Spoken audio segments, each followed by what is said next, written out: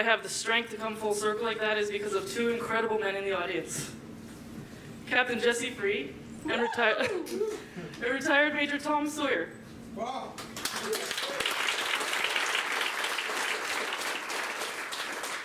Two mentors of mine that inspired me as a little girl not to give up when the going gets tough.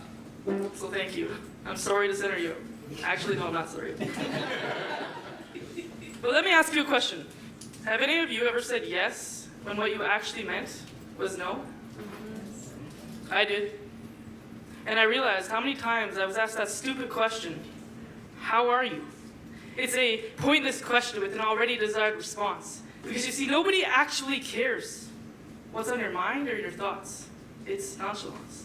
They're trying to be polite, but it's small talk they want, a meaningless conversation with no hesitation, people simply saying, I'm good, how are you? Whether it's false or it's true, you're not allowed to be you, constantly hiding behind a mask because society doesn't like to feel vulnerable, because authenticity scares us, because it makes us feel human, and so we avoid the truth. So what's the point?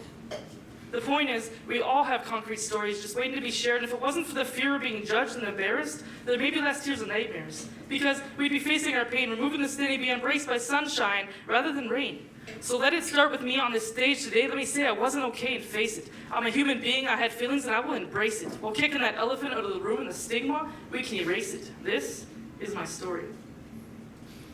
We used to be inseparable, like the country and the plaid. I was his princess, and he was my dad. I copied all that he did, but it was easier, complex, but my life went downhill. It became a mess. You see, he lost his mother, his world, at 35. I was 5 when she had cancer. The doctors had no answers. But Dad, what is cancer? You can't explain that to a child. What is death? She died in July of 98. I remember the date for the beginning of my fate. It was the 16th of the month, so I was now 6 and lost because Dad was too. Remember I said I copied everything he'd do? Well, not this. Dad was trying to move on, but losing your mother, I'd imagine, is hard, and so he discovered his pain could be covered with strong liquid like rain flooding a room. From that day forward, his life went sour, powered by nothing but alcohol that he chose to consume. Or at least that's the only origin or cause I can assume. It would destroy him to hear this, but it's the truth. I lost my pops today, I couldn't shake him loose. But what's your story? Don't ask me that question if you're not ready to hear it. That's not a suggestion. My story cuts deep, and soon you'll see my life is a mess. Or is it? It is said that God knows our name, our story, our pain before it even happens. So it happens with reason. Even my lesion, he knew it would exist before I was bleeding. Put down the blade. It's been a decade of struggle, of pain. You know my name, but you don't know my story. A broken home, or so it felt. Dysfunction, plates thrown at the shelf or the wall. You think I don't recall because it was small? Believe me, Dad, I'll remember it all. And all because dinner wasn't hot enough, ready, or good? But anger improves nothing and never should. Emotional abuse. But there's no bruise. So that's no excuse, just cut me loose, I want out. I was only 18, but I wanted to shout, so I had to move out. Something I struggle with daily is trying to understand how a man can criticize the vulnerable and not care at all. It's one thing to be angry at life, but why take it out on your wife and your son for no reason at all, especially when they have no control, they're vulnerable? And then to become angry at your daughter for correcting her father after he just made fun of his own son for his math and lack of comprehension. God, can't you help my father see? Grant him some serenity? My brother can't read because he's a learning disability. I can't even remember a time in my life that my parents weren't fighting. And let me tell you, for a child, that's frightening. It's like thunder and lightning. Fighting and drinking can't be the right thing, but it became my normal. But what's your story? Is it filled with sorrow? Will you tell me tomorrow? I can't even say my grandmother's death is the reason for his incomplete feelings and his drinking, because as I'm digging and reflecting, I'm told the next thing. Your father started drinking long before your grandmother was sinking into the depths of her illness. Living at home was like electrical activity, peaks and valleys, like an ECG. The heart monitor speaks truth. Who's ruling the roost? Certainly not you, because it requires math. You laugh, but it's sad. You don't understand math like your daughter and I. Now brother and mom begin to cry, feeling not good enough. It's rough and it's tough, but it's not over, because tomorrow, he will apologize. The cycle of abuse is nothing new. I learned this root before it was taught in school from teachers like you to kids like me. Can't you see stereotypically? Yes, I learned it in school, but life experience has been my fuel, because real life rings true when he consumes Labatt's Blue or the like. But what's your story?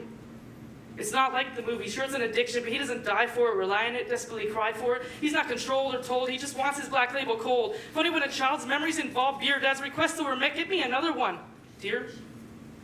But let me tell you this, because I insist, he can be a good father. Like you and I, he has questions and suggestions. He prays for some blessings to conquer his pain, his unfathomable stain, disappear from the darkness, the steady hard rain. He just wants to be heard.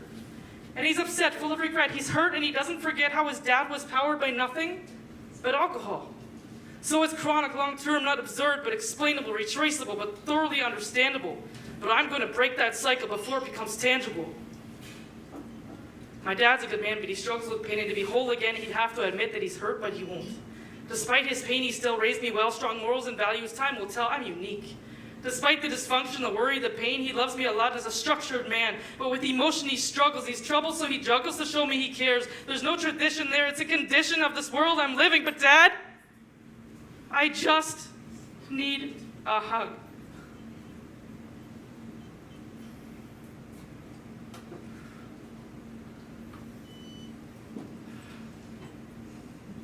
I wish I could say alcoholism is where it ends, but that's just where my story begins. Dad rooted so deep that it was trickling back like his cases of empties. I had to stack it as an attack of aggression. So since he's an alcoholic, is it ironic or iconic that my very first cut was with broken glass? But not just any glass. I broke one of his empties, and I carved into my own emptiness, and I bled. I created many scars. You can't see them from afar, most on my heart, but some on my arm. But what's your story? I just wanted him to care, to understand my fear and the nightmare of trying to sleep, and your innocence is obsolete. The pain is deep, I warned you. My story cuts deep, but you still ask? What's your story? But if you insist, I'll grant your wish. My story is this. It's not filled with bliss. It's just a lengthy list of broken promises. Promises I made to myself. I'd keep the blade on the shelf. I was unsuccessful. I hurt myself because nobody cared. To the caretakers, you need to watch your children. It doesn't matter how many million people say it's okay to be a room away. As long as there's noise, they're okay, they're just playing. No, that's just a saying. Because explain to me, what does playing doctor mean to you at first glance? Is it just kids being kids, or is there a chance one has been asked to remove their pants? That's not how you play doctor. And to the parents, if you ever send your kids to camp and you receive a phone call with the bad news of what happened to your doll, don't let her return as if nothing happened at all. If she won't talk to you, you need to intervene. Find her a counselor. Of course she's not talking. She's only 13.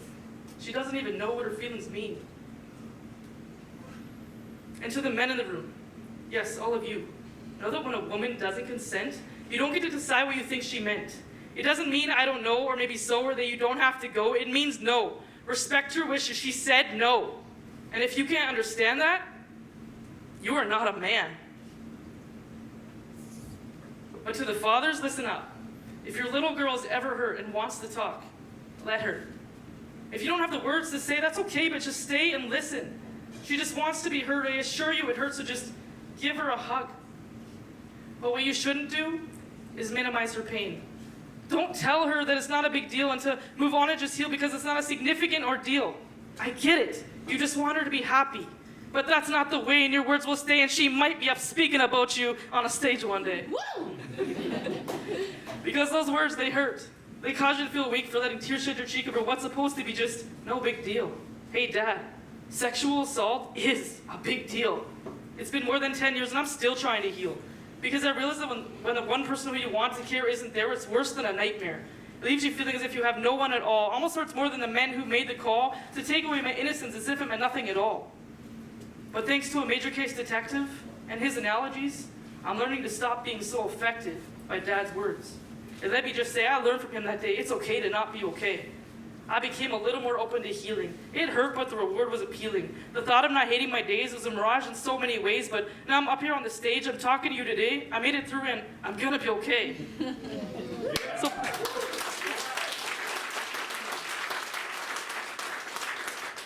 So please, God, continue to grant me the serenity so that I can see you're here to help me. Help me learn the precepts so that I can accept and learn the concept that there are just some things I cannot change. And it's a pain to stay this way, so let me recognize you and the courage I have to change the things I can do and your faith I surrender to you. But please, Lord, bless me, but address me so that I have the wisdom to know the difference. Help me be persistent so I can go the distance. But in addition to your wisdom, help me realize I have a decision to be strong, a choice. And I'll never let someone fool us for weakness because this is nothing but strength. I'm taking control of my voice. After all, as the famous philosopher Friedrich Nietzsche likes to think, and as a permanent reminder in ink, there lies a tattoo. It says, what doesn't kill you makes you stronger.